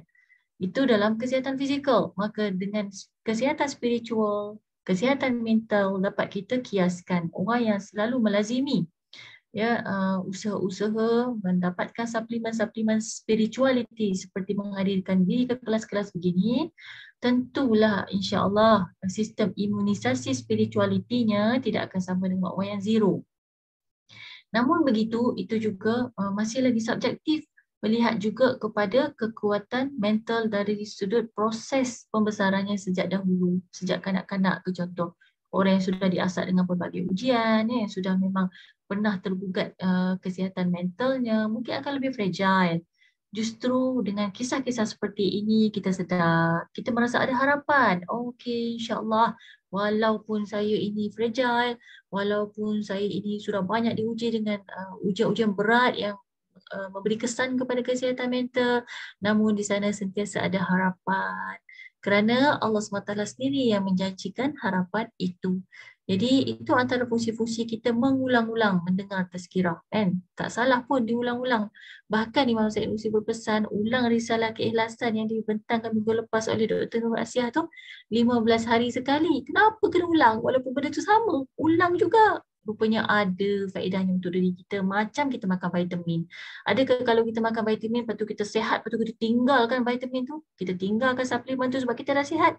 Tak, kita akan terus ambil, kita terus consume. Maka samalah juga dengan kesihatan spiritual kita. Jadi itu yang pertama saya suka tarik perhatian, bahawa tidak ada yang sempurna selain Allah, dan ini juga merupakan salah satu ikhtiar kita yang mendapatkan pertolongan Allah. Okey, kita kembali kepada persoalan tadi. Memandangkan beginilah keadaan sebenar kita, maka kita juga sepatutnya mencontohi Sayyidina Yunus alaihi salam. Dengan cara macam mana? Yang pertama, memalingkan wajah kita daripada segala asbab. Ini adalah dalam situasi kita sedang diuji dengan berat, ya, dengan sangat berat sampai kita dah rasa dah block dah ni, habis dah ni, dah sampai sini dah. Kan contoh kan, kita rasa this is the end of the block, I don't know where I have to go after this kan, almost the end of the world ke contohnya kan. Rasa je, bukannya the end of the world pun, ada lagi depan belakang kanan kiri ni. Tapi kadang perasaan itu ada, ya. Baik, dalam keadaan diuji begini, kita palingkan, cukup kita dah tak payah fikir semua asbab-asbab ni kan. Kita jangan fikir lagi rasional, logik apa semua tu. Kita berlindung kepada Rabb kita yang merupakan Al-Musabbib. Dah masa tu tak usah fikir banyak-banyak, makin fikir makin penat nanti, makin give up nanti kan. Macam kita dah paparkan tadi, statistik putus asa di Malaysia cukup tinggi kan. Jangan fikir lagi dah tak mampu dah tu sebenarnya tu. Maknanya sekarang this is the time, serah pada Allah SWT. Sebab apa? Sebab hakikatnya bila kita serah tu bukan sebab kita dah putus asa, bukan. Tapi sebab kita sedar Allah lah yang merupakan Al-Musabbib, penyebab pada segala perkara. Itu dah ada sedikit kaitan dengan qada dan qadar yang saya bentangkan 3 minggu lepas kan. Boleh rujuk balik rakaman. Ataupun saya boleh bagi link YouTube nanti, insya-Allah saya dah masukkan dalam YouTube, mudah sikit nak dengar. Jadi masa tu kita akan ingat Allah, semua ni takkan berlaku lah kalau bukan dengan izin Allah. Ya Allah, aku melihat benda ini berat ya Allah, tapi Engkau izinkan ia berlaku ya Allah, maka aku kembalikan ini kepadamu ya Allah. Aku tidak berdaya lagi untuk memikirkan ya Allah. Aku tak terdaya untuk menanggungnya lagi, aku serahkan diriku kepadamu ya Allah. Masa kita doa macam itulah selalunya Allah makbulkan. Bila kita dah serah all out macam tu, kita dah menangis bersungguh-sungguh ni.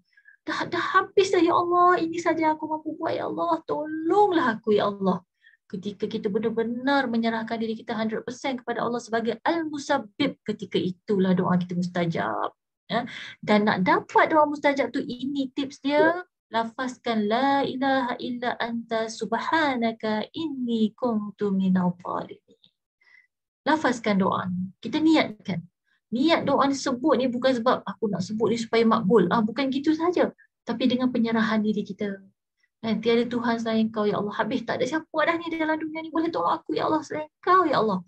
Maha suci Engkau ya Allah. Sesungguhnya aku ini tergolong di kalangan orang-orang yang zalim. Orang-orang yang menganiaya diri sendiri. Aku sedar ya Allah, ujian yang menimpa aku ini ya Allah pasti atas kesilapan-kesilapanku juga. Atas kezaliman-kezalimanku juga.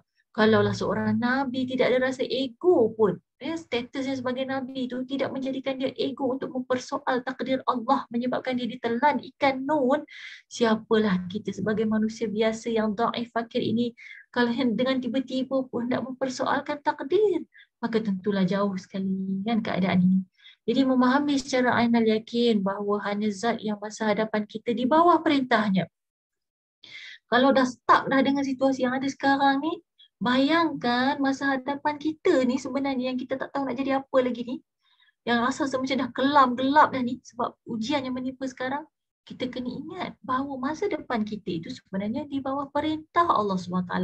Dunia ini yang kita hidup tinggal dalam ni juga di bawah pemerintahan Allah SWT.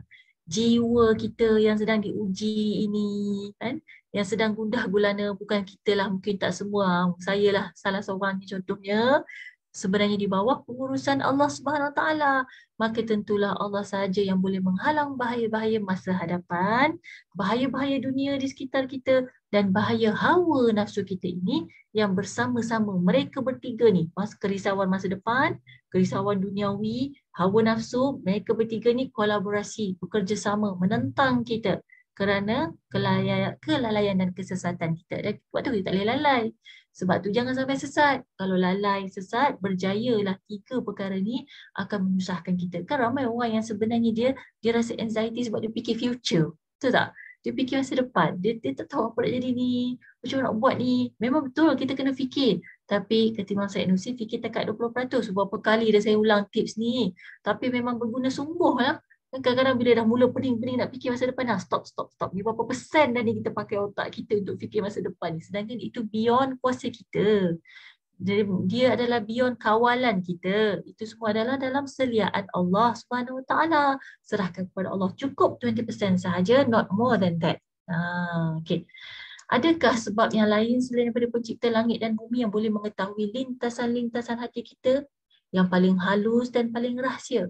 Boleh menerangi masa hadapan dengan mencipta akhirat untuk kita dan boleh menyelamatkan kita daripada ratusan ribu ombak dunia yang melemaskan. Ada tak selain daripada Allah SWT? Ada ke? Jawapannya hasya. Tidak sama sekali. Tak ada pun. Hanya Allah saja yang paling tahu segala apa yang dalam hati kita. Kenapa ada lintasan yang paling halus? Sebab ada lintasan yang kasar, lintasan yang luaran tu. Kan? Lintasan yang luaran something, kemudian ada lagi lintasan yang dalaman. Dan lintasan yang dalaman tu, sampai dalam tu pun Allah jugalah yang maha mengetahuinya. Ya, jadi kita sedar hakikat ini, maka sesungguhnya tiada sesuatu pun selain daripada zat al-wajibul wujud, kata Imam Said Nursi. Ya, zat al-wajibul wujud ni maksudnya Allah lah, ya, yang mendapat membantu dan menjadi penyelamat dari mana-mana sudut tanpa keizinan dan kehendak. Ya. Maknanya kalau kita dalam difficulties, dalam cabaran, dalam kesusahan, maka tiadalah penyelamat. Melainkan ianya datang dengan izin Allah Subhanahu Wa Taala. Jadi nak memperolehi ini, kembalilah kepada Allah Subhanahu Wa Taala. Memandangkan beginilah keadaan sebenar. Maka sebagaimana di hujung munajat, di penghujung munajat itu, ikan nun menjadi kenderaan. Kan? Tadi instead of telan proses hadam Nabi Yunus, dia tak jadi gitu, dia dari kapal selam, maka dia macam kenderaan. Dan kapal selam, laut menjadi padang pasir yang indah, malam berubah tenang, terang, disiram purnama kepada Sayyidina Yunus alaihissalam melalui rahsia munajat itu. Maka kita juga sepatutnya melafazkan La ilaha illa anta subhanaka inni kuntu minal zalimin. Kita perlu menarik pandangan rahmatnya. Ini tips dia supaya kita dapat all out masa kita lafazkan doa ni. Saya pun suka sangat dengan tips ni, ya. Sebab tips ni memudahkan penghayatan kita baca tu bukan takat di lisan. Kan? Lain kalau baca di lisan, la ilaha illallah, la ilaha illallah. Tapi dia tak ada dengan penghayatan lain. Kesan dia dengan kita baca dengan penuh penghayatan ni, tafakkaru fi khalqillah khairun min ibadatin sanah. Kan? Kamu berfikir tentang makhluk Allah sehingga kamu sedar menitis air mata mengingat Allah tu lebih baik daripada ibadah setahun. Samalah tadi lafaz ni, kalau kita baca ribu-ribu tapi tak ada penghayatan, lain kesannya dengan kita baca satu ni tapi dengan penuh penghayatan. Imam Said Nursi memberikan satu kaedah tips menghayati dengan sangat menarik sekali dan praktikal. Mari kita tengok sama-sama. Kita perlu menarik pandangan rahmat Allah kepada masa hadapan kita. Sebab tadi kita risau kan masa depan nak jadi apa ni. Nabi Yunus dalam perut ikan Nun pun tak tahu masa depannya macam mana ni. Jadi kita yang risau masa depan kita ni, kita tarik pandangan rahmat Allah SWT. Dengan lafazkan apa? La ilaha illa anta. Fikir je kan masa depan ni. Kita rumuskan balik masa depan kita ni. La ilaha illa anta. Tiada Tuhan selain kau ya Allah. Cukup. Tak larat fikir dah masa depan. Kan? Kemudian kita risau dunia kita ni kan. Subhanaka, kita sebut pula, ya Allah, Subhanaka ya Allah, engkau lah tiada Tuhan selain engkau ya Allah, mengurus masa depanku dan segala urusan dunia yang ada di kelilingku ini, maha suci engkau ya Allah, engkau lah yang mengurus segala-galanya. Dan kepada jiwa kita, kan, melalui ungkapan inni kuntu minal zalimin.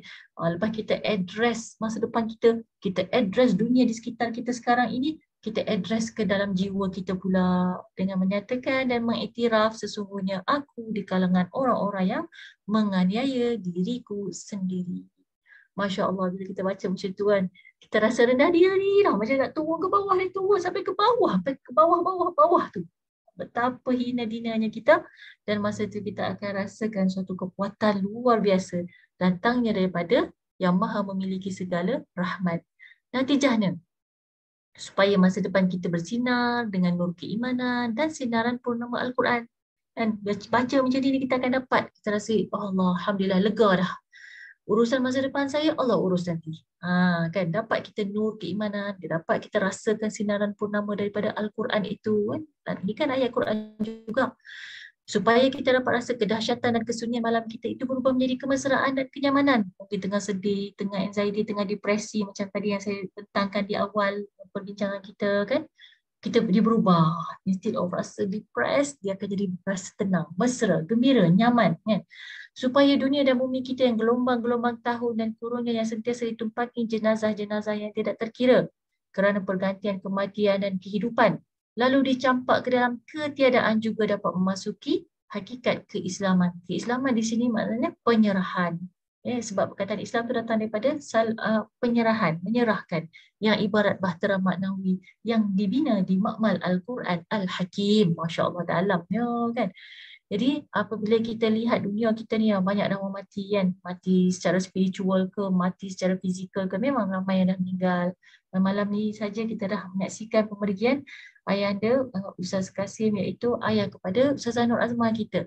Perkara yang tidak dapat dihindari. Ayah saya juga berada dalam keadaan uzur dan saya baru saja pulang daripada menziarahinya di Perlis. Saya juga mohon doa daripada para sahabat yang hadir pada malam ini. Titipkanlah sedikit doa untuk ayah saya. Semoga beliau sejahtera meneruskan ujian yang sedang dilaluinya di usia emas ini.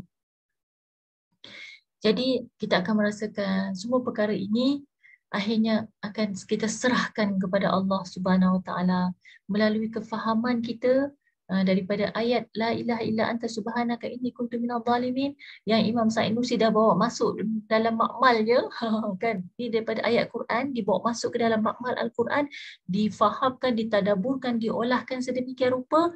Dengan ini kita juga akan merasai nikmat. Jadi tidak lagi perkara itu menyakitkan kita.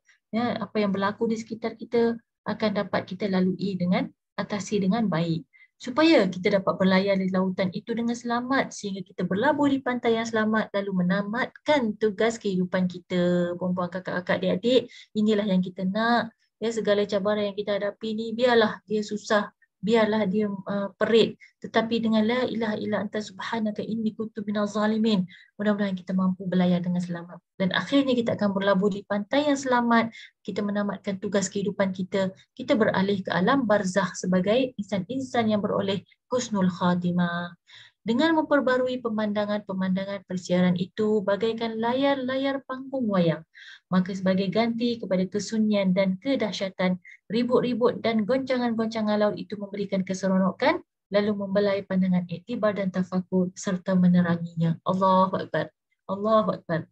Jadi apa saja ujian yang sedang kita lalui, ya, akhirnya kita akan lihat dia sebagai ibarat satu perjalanan. Layar panggung wayang, macam kita tengok skrin, nanti dia akan berlalu juga. Sesi malam ini, sesi ini akan pergi juga, kan?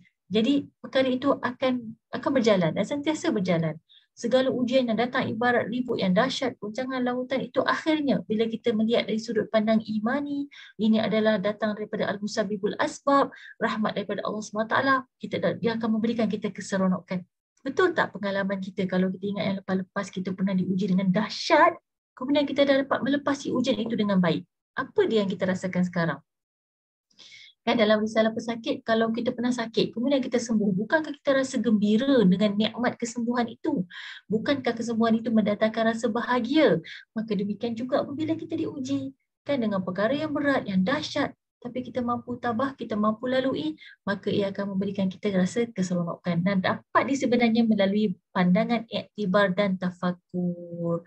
Jadi mungkin satu tips bila kita berhadapan dengan situasi yang sangat menekan mental kita ni, kalau tak boleh berfikir lagi dengan waras, tahan lisan ni daripada melafazkan perkara-perkara yang tidak baik, tapi cuba zikir dengan kuat. Zikir dengan kuat. Sebab pada waktu tu selalunya jiwa dah gundah gulana, sukar lagi dikawal. Akal juga sudah menjadi tidak stabil, tidak seimbang. Jadi kita pun susah nak fokus. Dalam keadaan kita dah lemah begitu, contoh bagi keadaan mungkinlah kalau diuji dengan ujian-ujian mental ni, mungkin pertama kita tenangkan diri macam yang Rasulullah sebutkan tu, ikut yang kaedah Nabi ajarkan tu. Kalau berdiri duduk, kalau duduk masih lagi marah baring. Ini marah tapi dia ada kaitan juga dengan mental sebenarnya kan. baring tak boleh wuduk. Itu satu. Fizikal kita kena support spiritual kita. Jangan harapkan spiritual je duduk diam-diam. Bagilah aku kekuatan, bagilah aku kesembuhan. Dalam keadaan kita dah tak kuat lagi spirituality kita, physical support. Mari kita support dengan physical, bangun. Dan ataupun mulakan juga dengan lafaz zikir yang dikuatkan supaya tenang. Kalau hati tak boleh nak tenang, dah kacau dah hati ni, lafazkan dengan zikir. La ilaha illa anta subhanaka inni kuntu minaz zalimin. Atau yang paling mudah, astaghfirullahaladzim, astaghfirullahaladzim, astaghfirullahaladzim, ya Allah berikan aku keampunanmu, ya Allah berikan aku kekuatan. Astaghfirullahaladzim, astaghfirullahaladzim, ulang sampai ada rasa ketenangan. Bila dah hadir ketenangan tu, kita teruskan ke next step, iaitu tafakur itu tadi, ya. Mudah-mudahan melalui rahsia Al-Quran dan tarbiyah Furqan ini, nafsu kita menjadi kenderaan yang tidak akan menunggang kita. Itu yang kita risau. Jangan sampai nafsu tunggang kita. Sebab kalau nafsu tunggang kita, bahaya hidup kita ni. Akan jadi lebih dahsyat daripada penjara ikan nun seperti yang disebutkan Imam Sa'id Nursi tadi. Bahkan ia membolehkan kita menungganginya. Biar nafsu tu yang kita tunggang dia. Bukan dia menunggang kita. Lalu menjadi satu wasilah yang kuat untuk kita memperoleh kehidupan abadi. Macam mana nafsu kita tunggang menjadi wasilah yang kuat pula untuk memperoleh kehidupan abadi? Saya fikir juga macam mana sebenarnya ni. Bila fikir-fikir balik, oh betul. Sebenarnya manusia ni kan dibekalkan dengan macam-macam jenis nafsu. Contoh salah satu nafsu yang ada pada diri manusia tu, dia sukakan, mungkin sukakan kecantikan. Contoh kan. Bila diikutkan nafsu tu, boleh tersesat dia dengan berlebihan, merubah diri dia sendiri kan. Dia merubah ciptaan-ciptaan Allah sehingga mengundang dosa dan kemurkaan Allah. Itu nafsu. Tetapi apabila kita tunggang nafsu tu, instead of kita follow nafsu syahwat sampai melakukan perkara yang dilarang Allah, kita kontrol dia. Jadi jagalah kecantikan. Sekadar menjaga dia supaya cantik elok, tidaklah dilihat sebagai tak terjaga, sebagai rosak ke contohnya, tidak.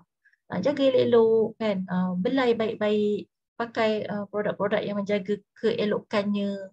Itu sebenarnya asal nafsu, tetapi nafsu tu kita didik dia sehingga kita menatijahkan perkara yang baik. Dengan keelokan itu, dia menyejukkan hati orang yang melihat kita ke contohnya kan. Itu salah satu cara lah kita didik nafsu. Banyak lagi contoh-contoh lain, tapi saya rasa cukup satu contoh tu saja. Kerana dengan kita jaga, kita tunggang balik nafsu tu, insya-Allah dia akan menatijahkan perkara yang baik. Dan perkara baik ini juga memberikan kita kekuatan di alam yang abadi. Kesimpulannya, la ilaha illa anta subhanaka inni kuntu minaz zalimin. Manusia merasai kesakitan, mengidap demam, dia juga merasa sakit dengan gempa dan goncangan bumi serta gempa terbesar ketika kiamatnya alam semesta. Itu betul. Apa saja yang jadi bencana alam, semua kita akan rasa impak kesakitannya. Malah sebagaimana manusia ni takut juga pada virus kecil yang tak dapat dilihat pun. Macam COVID kan, tak dapat dikesan pun, susah nak kesan. Even boleh kesan dengan mikroskop pun kita takut. Sebenarnya manusia juga hakikatnya takut dengan tahi bintang yang muncul di antara jirim-jirim yang tinggi di langit. Kita kalau disebut meteor nak jatuh ke bumi, lain macam rasa takutnya. Tapi tak jatuh pun lagi, baru movie-movie je dan baru jatuh tempat-tempat yang tak ada orang pun. Tapi memang manusia secara fitrahnya itu takut. Itu tak dinafikan. Serta sebagaimana dia mencintai rumahnya, dia juga satu fitrah manusia. Dia juga mencintai dunia yang besar. Sebagaimana dia mencintai kebunnya yang kecil, dia juga mencintai syurga abadi yang tiada sempadan dengan kerinduan yang amat sangat. Ini semua fitrah manusia. Maka sudah tentu hanya zat yang seluruh alam semesta ini berada dalam genggaman urusannya. Dan segala zarah dan bintang-bintang yang bergerak berada di bawah perintahnya sahajalah yang boleh menjadi Tuhan yang disembah. Rabb, tempat berlindung, penyelamat dan tujuannya. Jadi kalau kita kaitkan balik dengan fitrah kita tu tadi kan, akhirnya kita sedar rupanya semua ini return to Allah Subhanahu Wa Taala. So pada dialah kita kembali. Pada dialah kita berserah dan mengharapkan agar diuruskan segala perkara-perkara ini. Oleh itu kita sentiasa melafazkan la ilaha illa anta subhanaka inni kuntu minadh zalimin, seperti Nabi Yunus alaihi salam. Alhamdulillah, akhirnya sampailah kita ke penghujung rancangan. Berakhirlah sudah pembentangan mengenai munajat Nabi Yunus alaihi salam. Saya kembalikan kepada Ukhti Raudah, silakan. Masya-Allah, subhanallah. Banyak sangat perkara baru yang dapat kita pelajari daripada Ustazah, perkongsian Ustazah tadi. Terima kasih banyak Ustazah. Dan kalau boleh saya kupas sedikit daripada perkongsian Ustazah tadi, Allah tidak jamin kehidupan kita bebas daripada masalah, tetapi Allah bagi kita jalan. Dan kuncinya adalah dengan merendahkan diri kita seperti yang Ustazah kata tadi, dan mengaku kelemahan dan kefakiran kita sebagai manusia yang lemah di hadapan Allah. Kita tak ada apa-apa. Dan satu lagi Ustazah kongsikan tadi, hancurkan ketakutan ataupun risauan kita tentang apa sahaja, sama ada tentang masa depan ataupun tentang apa sahaja masalah kita, dengan zikir yang kita pelajari daripada Nabi Yunus tadi, La ilaha illa anta subhanaka inni kuntu minaz zalimin. Masya Allah, sangat cantik apa yang saya pelajari hari ini. Dan untuk itu kita teruskan lagi kepada sesi seterusnya, iaitu sesi soal jawab dan perkongsian daripada hadirin hadirat sekalian. Sekiranya ada yang ingin bertanyakan soalan ataupun jika ada yang ingin berkongsi, boleh tuliskan di chat box ataupun boleh buka mic dan terus langsung bercakap dengan Ustazah. Assalamualaikum. Saya nak tanya soalan boleh? Boleh dengar? Assalamualaikum Ustazah, terima kasih atas perkongsian yang sangat dapat kita tadabbur ni lah. Maaflah kalau soalan saya ni pernah ditanya sebelum-sebelum ni, sebab macam kita kadang-kadang tak dapat nak ikut kan sesi sebelum ni. Okey, tapi saya nak tanya juga. So, soalan saya, macam mana kita nak berdepan dengan trend sekarang ni, yang kita nampak setengah kelompok manusia ni kan, mereka kata kalau berhadapan dengan masalah atau orang yang ada masalah kan, jangan didahulukan dengan penyelesaian ataupun bantuan yang berbentuk keagamaan. Contoh macam kita suruh sabar, suruh zikir, munajat dan sebagainya ni lah. Dia suruhnya pergi macam buat tu, buat ni, pergi hiking dulu, banyak exercise lah, jumpa kawan dulu kan, macam tu. So nak bagi solusi agama ni boleh, tapi bukan ke awal-awal ni, akhir-akhir nanti baru bagi solusi yang bentuk agama ni. Tapi kita faham lah sebenarnya solusi agama ni dia bukanlah maksudnya sabar tak bertempat, sabar tak berbuat apa-apa, munajat tanpa faham atau macam duduk je dalam masalah tu kan. Tapi trend sekarang ni seolah-olah suruh macam ketepikan dulu solusi yang berbentuk agama ni. Macam mana? Apa pendapat Ustazah? Terima kasih Ustazah. Semoga Allah mudahkan urusan ayah Ustazah dan kita semua insya-Allah. Amin, amin, amin. Ya Rabbal Alamin. Terima kasih banyak-banyak pada Ukhti, saya nak panggil apa ya? Puan ke Datin ke Hajar ke? Fatimah Ustazah. Baik. Terima kasih di atas soalan yang diajukan. Soalan tu memang sangat-sangat relevan dan memang sangat sesuai untuk dibincangkan pada zaman ini. Kerana itu adalah teori yang dibawa dalam kaunseling, dalam psikologi, begitu juga dalam psikiatri. Kaedah yang diperkenalkan dalam merawat pesakit-pesakit mental itu memang tidak terus menawarkan rawatan. Dan saya tidak akan mengulas panjang dalam aspek tersebut, dan cuma saya mengakui itu memang kaedah yang diguna pakai, dan itu juga nasihat yang diberikan kepada kita apabila kita berhadapan dengan orang yang sedang sakit mental. Jangan judge, jangan kata sabar. Kata sabar pun dah cukup menambah sakit dia lagi. Sebab ketika dia sakit tu sebenarnya dia dah habis sabar.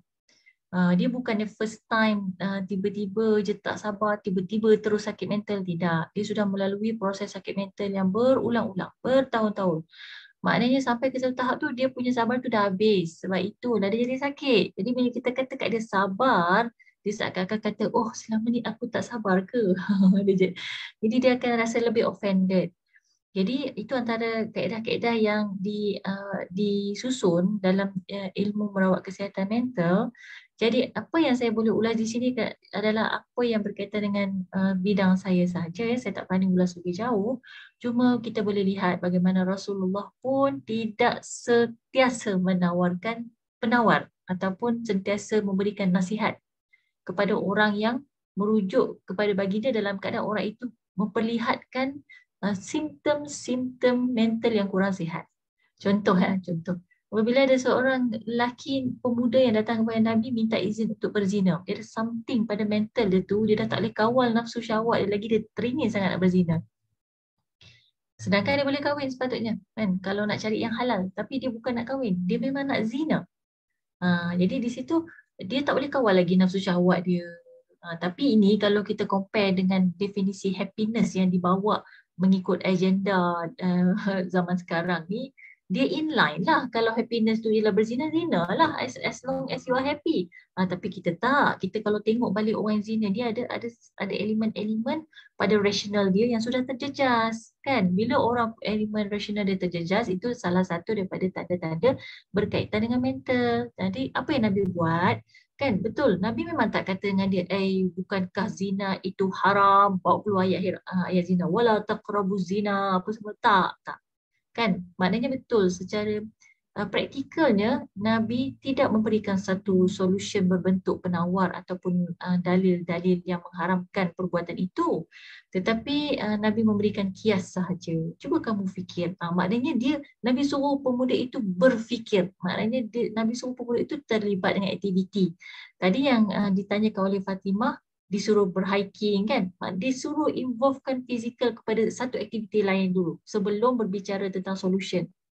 Kan, jadi dia akan dia involvekan komponen pada organ dia yang lain supaya function balik, rather than dah tak rational tadi nak berzina, rationalize kan dengan cara fikir kias. Nak ke kalau adik perempuan dia berzina dengan orang lain? Dia tak nak. Nak ke kalau ibunya berzina dengan lelaki lain? Dia tak nak juga. So di situ barulah masuk rasional balik kepada dirinya sendiri. Bermakna memang sedikit sebanyak kita nampak kalau dikaji lagi dengan hadis-hadis Nabi yang lain juga, ada juga situasi Nabi memang tegur depan-depan, terus bagi dalil daripada wahyu. Tapi rupanya orang yang Nabi tegur tu adalah orang yang tahap keimanan dia mungkin Masya Allah sahabat kan. Jadi kita tengok pada zaman sekarang ni, kita memang jauh lah daripada zaman mereka. Bahkan Imam Sa'id Nursi sebut dalam Risalah An-Nur bahawa sebenarnya kita ini kembali kepada zaman Jahiliyah Mekah. Tu saya ingat betul tu. Apa Imam Sa'id Nursi cakap tu bukan setakat huraian lisan, tetapi secara hakikinya memang umat sekarang ini dah ibarat kembali ke zaman Jahiliyah. Jadi perjuangan kita sekarang ialah perjuangan untuk mengembalikan akidah, memantapkan akidah, membina iman tahqiqi, bukan lagi iman taqlidi. Jadi bagaimana kita nak compare keadaan umat kita dengan iman begini dengan setengah-setengah sahabat Nabi yang Nabi tegur tu terus kepada wahyu, divine revelation kan. Jadi ada cases dia, ada orang berhujah Nabi tak tegur dengan hujah pemuda tadi, tapi sebenarnya ada juga hadis-hadis lain yang menggambarkan Nabi terus terang tegur kan. Jadi bila kita kaji balik, tengok audience dia siapa. Jadi kalau kita kiaskan dengan audience dia, maka kita dapat fahami kenapa teori itu mengatakan jangan dahulukan dulu penyelesaian atau penawar, tetapi aulakan ataupun letakkan dahulu mukadimah-mukadimah lain. Tetapi yang saya mungkin tidak bersetuju adalah apabila dia terus menafikan aspek ataupun elemen agama sebagai penawar. Yang itu saya tak setuju. Sesungguhnya agama itu penawar. Ya? Agama itu penawar. Yang cakap tu siapa? Allah. Ala bizikrillah tatma'innul qulub. Yang cakap tu siapa? Rasulullah. Yang buat tu siapa? Nabi-Nabi. Nabi Yunus buat. Dan insya-Allah minggu depan kita akan dengar daripada Dr. Jihan, Nabi Ayub alaihissalam. Ni Nabi-Nabi. Jadi jangan kita nafikan sampai ke tahap itu sehingga terbawa-bawa dengan metodologi yang diperkenalkan di zaman moden ini. Ada yang okey, kita iktiraf, kita belajar jugalah. Jadi jangan kita cepat-cepat jam kata, haram ni. Jangan. Kita kontrol dulu. Sebab kita ingat ini zaman Islam Jahiliyah Mekah.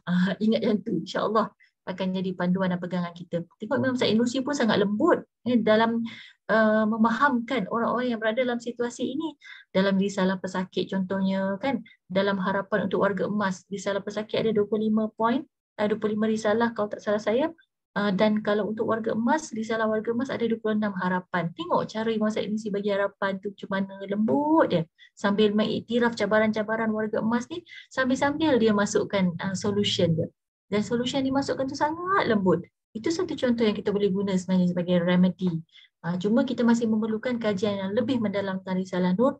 Saya percaya insya-Allah sebenarnya kalau kita lebih bersungguh-sungguh lagi mengkaji risalah ini, akan banyak lagi kita jumpa ubat-ubat penawar seperti yang dijanjikan, disebutkan oleh Imam sendiri bahawa Risalah Nur ni seperti ubat di farmasi kan.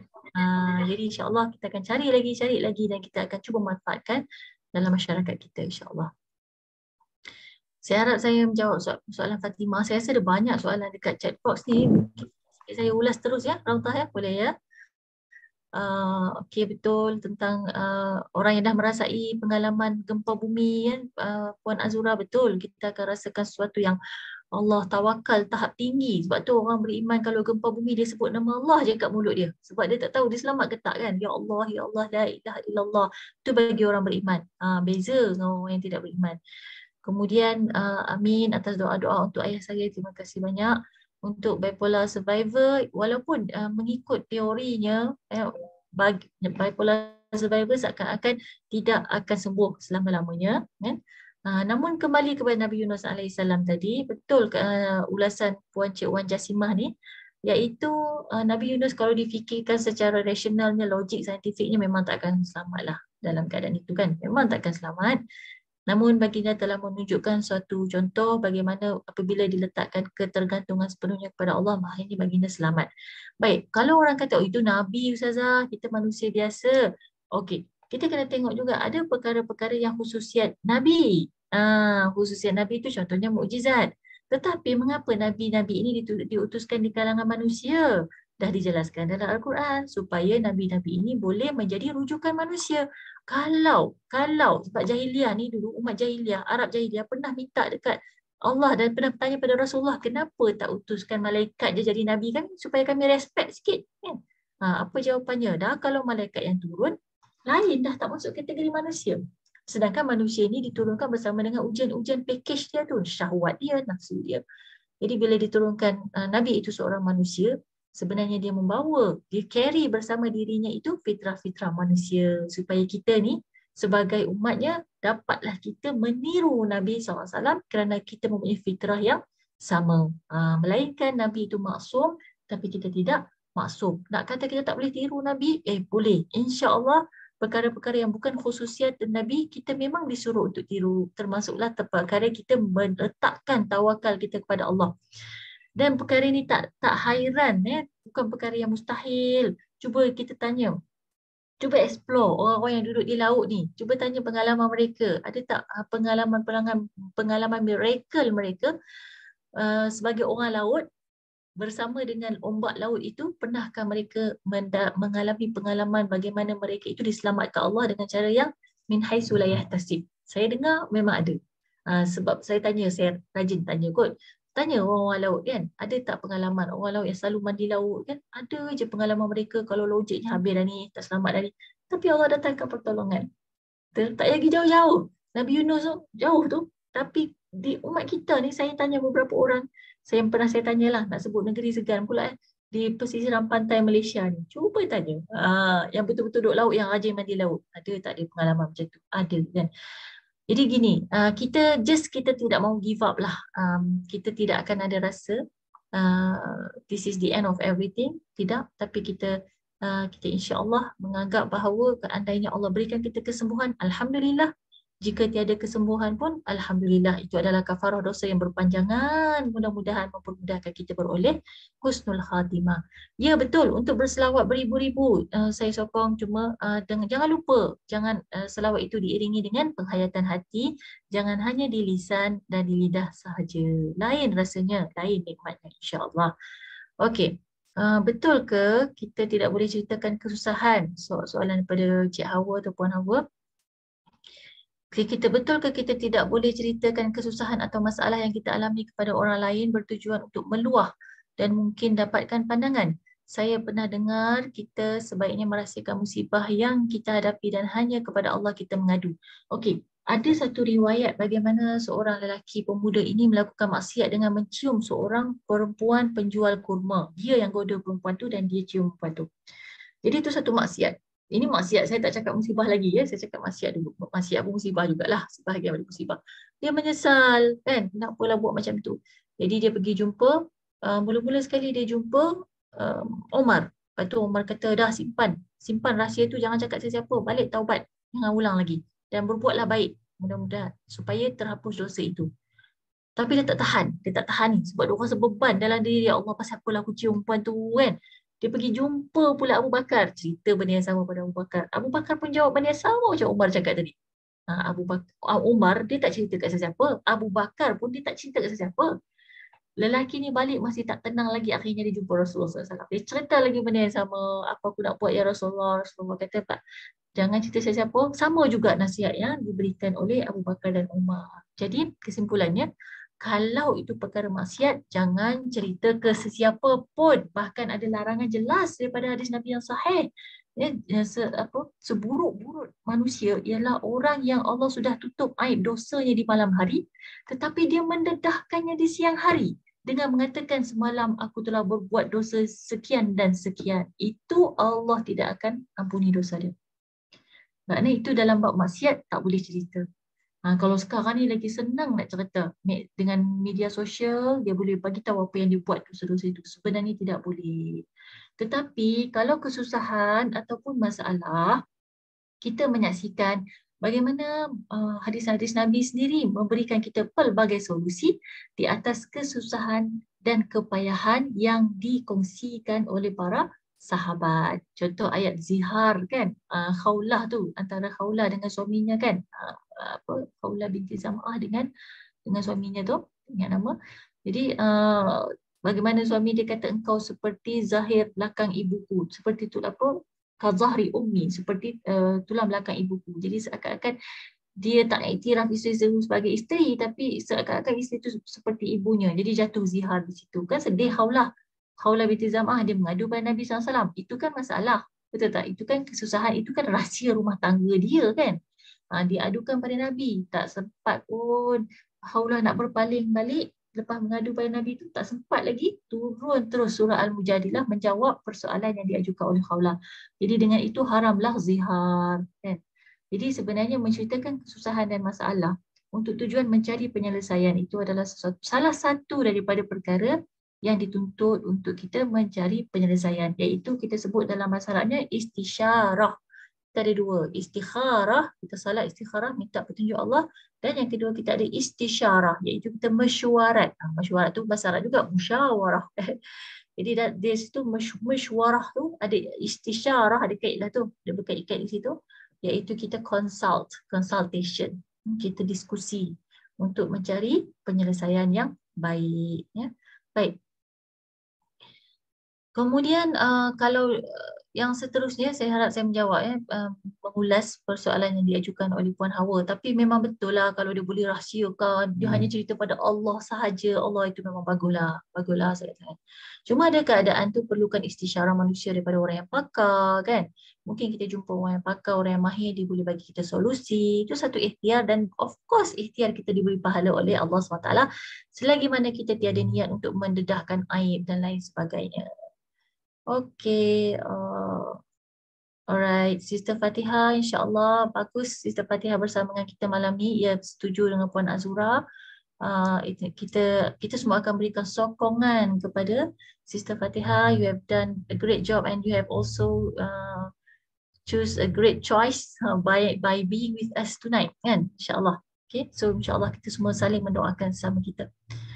Alright, so rasanya itu sahaja persoalan-persoalan yang diajukan dalam chat box kita. Saya mohon maaf ya kalau ada yang terguris terasa hatinya tak ada, saya tak ada niat apa-apalah.